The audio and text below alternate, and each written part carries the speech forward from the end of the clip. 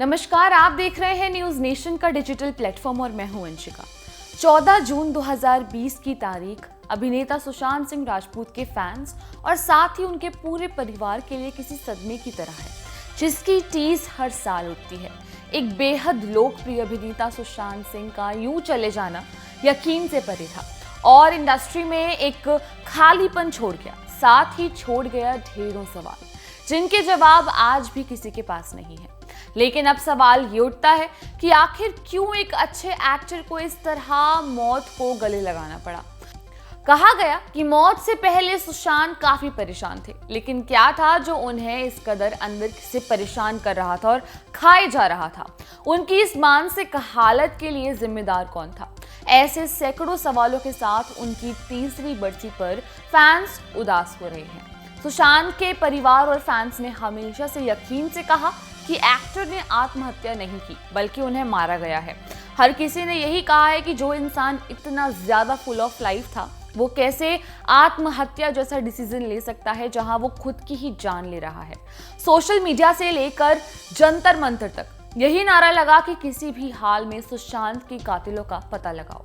सरकार ने case CBI को सौंपा और इससे जुड़े एक बड़े ड्रग्स केस का खुलासा हुआ। तो आइए जानते हैं इस केस में कब कब क्या क्या हुआ। जून 2020 की 14 तारीख को एक्टर सुशांत सिंह राजपूत का शव उनके मुंबई स्थित फ्लैट में पंखे पर लटका मिला था। पुलिस को इत्तला एक्टर के दोस्त ने दी और मौके पर पहुंची मुंबई पुलिस ने बिना वक्त गवाए इसे सुसाइड केस बता दिया। खबर आगे आग की तरह फैल गई और पुलिस की जांच पर सवाल उठने शुरू हो गए। सुशांत के पिता के सिंह ने इस मामले में सीबीआई जांच की मांग की। इसके अलावा कई राजनीतिक हस्तियों ने भी साजिशन हत्या की बात कहकर केंद्र सरकार के दखल की गुजारिश की। जांच में पता चला कि रिया चक्रवर्ती और सुशांत सिंह राजपूत के साथ रह रहे उनके दोस्त ने इसमें कुछ ना कुछ किया है, जिसकी वजह से शायद हो सकता है सुशांत सिंह राजपूत ने सुसाइड की। हालांकि पूरे मामले में अभी तक कोई भी आउटपुट निकल के सच नहीं आया है और इस मामले में कोई भी दोषी अब तक नहीं ठहराया गया है। 18 जून को रिया ने मुंबई में बांद्रा थाने में अपना बयान दर्ज कराया। खातों की जांच शुरू हुई तो एक नए ड्रग्स केस की परतें खुलनी शुरू हो गई। पता चला कि किसी ड्रग्स खरीदने के लिए सुशांत सिंह का क्रेडिट कार्ड यूज किया जाता था। 29 जुलाई 2020 को सुशांत सिंह राजपूत के पिता के सिंह ने पटना के राजीव नगर थाने में बेटे की कथित गर्लफ्रेंड रिया चक्रवर्ती सहित 6 लोगों के खिलाफ सुसाइड के लिए उकसाने व पैसे के लेन देन की एफआईआर दर्ज कराई। इस दिन पटना पुलिस मुंबई पहुंची थी मामले की जांच के लिए। इस मामले में प्रवर्तन निदेशालय की भी एंट्री हुई। 30 जुलाई को केस प्रवर्तन निदेशालय के पास पहुंचा और उन्होंने जांच शुरू कर दी। 5 अगस्त 2020 को केंद्र सरकार ने भी सीबीआई जांच को स्वीकृति दे दी। सुप्रीम कोर्ट ने भी 19 अगस्त को इस पर मोहर लगा दी। इसके बाद सीबीआई ने केस अपने हाथ में ले लिया। फैंस और परिवार के दिलों में आशा जगी कि जल्द ही किसी नतीजे पर पहुंचा जा सकता है। ईडी की जांच में ही पुख्ता तौर पर ड्रग्स एंगल निकलकर सामने आया। ड्रग्स केस को जांच में रिया और उनके भाई शविक चक्रवर्ती भी फंस गए।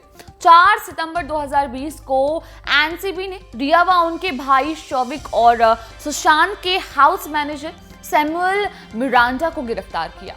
इसके बाद एक एक करके बॉलीवुड के डार्क सीक्रेट्स निकलकर सामने आने लगे। ड्रग्स केस की जांच में दीपिका पादुकोण, सारा अली खान, श्रद्धा कपूर और रकुल प्रीत सिंह जैसे बड़े बड़े नाम भी सामने आने लगे। एनसीबी ने 23 सितंबर को इन्हें पूछताछ के लिए समन भेजा, लेकिन किसी के शामिल होने की कोई भी पुख्ता सबूत नहीं मिल पाया। पर यह केस काफी हाई प्रोफाइल साबित हो चुका था अब तक। 28 मई को सुशांत के दोस्त और साथ ही फ्लैटमेट सिद्धार्थ पिठानी को गिरफ्तार किया गया। केस में सुनवाई के दौरान कोर्ट ने 7 अक्टूबर 2020 को ही रिया को जमानत दे दी। इनके भाई शौविक की भी बाद में उनको बेल मिल गई थी।